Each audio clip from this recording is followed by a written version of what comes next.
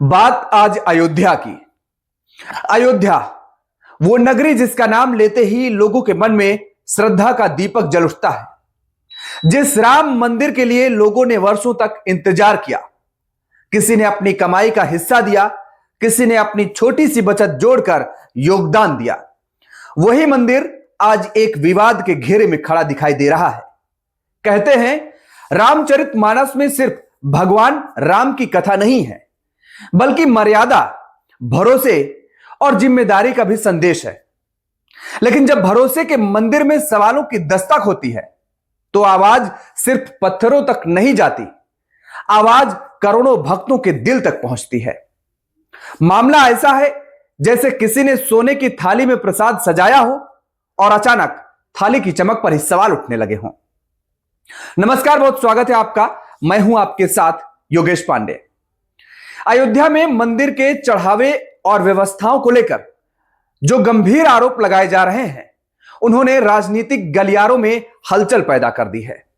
अब आरोप क्या हैं, किसने क्या कहा और इस पूरे विवाद की कहानी कहां से शुरू हुई, आइए जरा वो भी समझ लेते हैं। तो दरअसल राम मंदिर सिर्फ एक इमारत नहीं है, यह करोड़ों लोगों की आस्था का वो दीपक है जिसे जलाने के लिए लोगों ने अपनी श्रद्धा का तेल डाला है।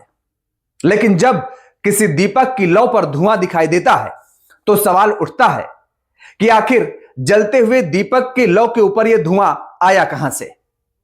कुछ रिपोर्ट्स और दावों में मंदिर के चढ़ावे को लेकर सवाल उठाए गए हैं और दावा किया गया है कि करोड़ों नहीं बल्कि सैकड़ों करोड़ रुपए की चोरी हुई है। और इन्हीं दावों के बाद राजनीति भी तेज हुई। समाजवादी पार्टी के राष्ट्रीय अध्यक्ष अखिलेश यादव ने 7 जून को प्रेस कॉन्फ्रेंस कर योगी सरकार पर निशाना साधा। उन्होंने कहा कि अयोध्या में मंदिर के चढ़ावे को लेकर सामने आई जानकारी बेहद गंभीर चिंता का विषय है और जाहिर तौर पर है, गंभीर चिंता का विषय है भी। अखिलेश यादव ने सरकार की निगरानी व्यवस्था पर तंज कसते हुए कहा कि अगर व्यवस्था इतनी मजबूत होती, दूरबीन और ड्रोन सही तरीके से काम कर रहे होते, तो विपक्ष को सवाल उठाने का मौका नहीं मिलता। अब राजनीति का मैदान सज चुका है। एक तरफ आरोपों की आवाज है, तो दूसरी तरफ जांच का हवाला। लेकिन इस पूरी कहानी में सबसे बड़ा किरदार है जनता का विश्वास। राजनीति में बड़ी अजीब चीज है, जब सत्ता में बैठे लोग कहते हैं कि सब ठीक है, तो विपक्ष कहता है कि पर्दे के पीछे कुछ और ही कहानी पक रही है। और जब विपक्ष सवाल उठाता है, तो सत्ता पक्ष कहता है कि यह सिर्फ राजनीति है।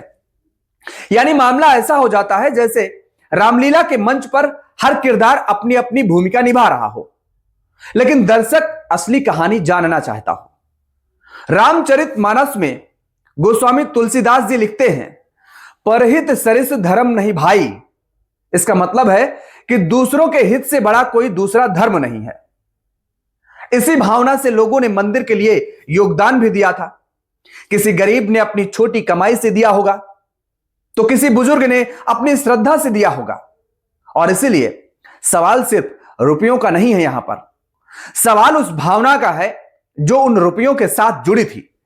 कुछ दावों में कहा गया कि मंदिर से जुड़े कुछ मामलों में गड़बड़ी हुई है। हालांकि किसी भी आरोप की अंतिम सच्चाई जांच और आधिकारिक पुष्टि से ही सामने आती है। लेकिन सवाल उठना भी लोकतंत्र का हिस्सा है, और जब देना भी, इसका जवाब देना भी एक लोकतंत्र का हिस्सा है।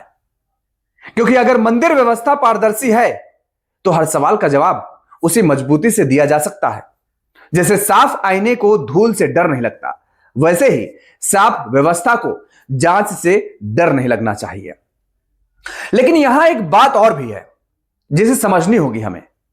राम के नाम पर राजनीति करने वाले हर पक्ष को यह याद रखना होगा कि आस्था कोई चुनावी मंच नहीं है। राम का नाम सिर्फ भाषणों में लेने की चीज नहीं है। राम का नाम मर्यादा निभाने की सीख देता है, क्योंकि भगवान राम के जीवन में सबसे बड़ी बात थी भरोसा। राजा होकर भी उन्होंने जनता की भावना को महत्व दिया। आज भी जनता वही चाहती है, ना सिर्फ बड़े बड़े दावे बल्कि साफ जवाब। अयोध्या में राम मंदिर बनना करोड़ों लोगों के लिए सपना पूरा होने जैसा था। लेकिन किसी भी बड़े सपने की सबसे बड़ी सुरक्षा होती है पारदर्शिता। क्योंकि मंदिर की ऊंचाई सिर्फ उसके शिखर से नहीं होती, मंदिर की ऊंचाई होती है लोगों के विश्वास से, और विश्वास का किला पत्थरों से नहीं सच्चाई से मजबूत होता है।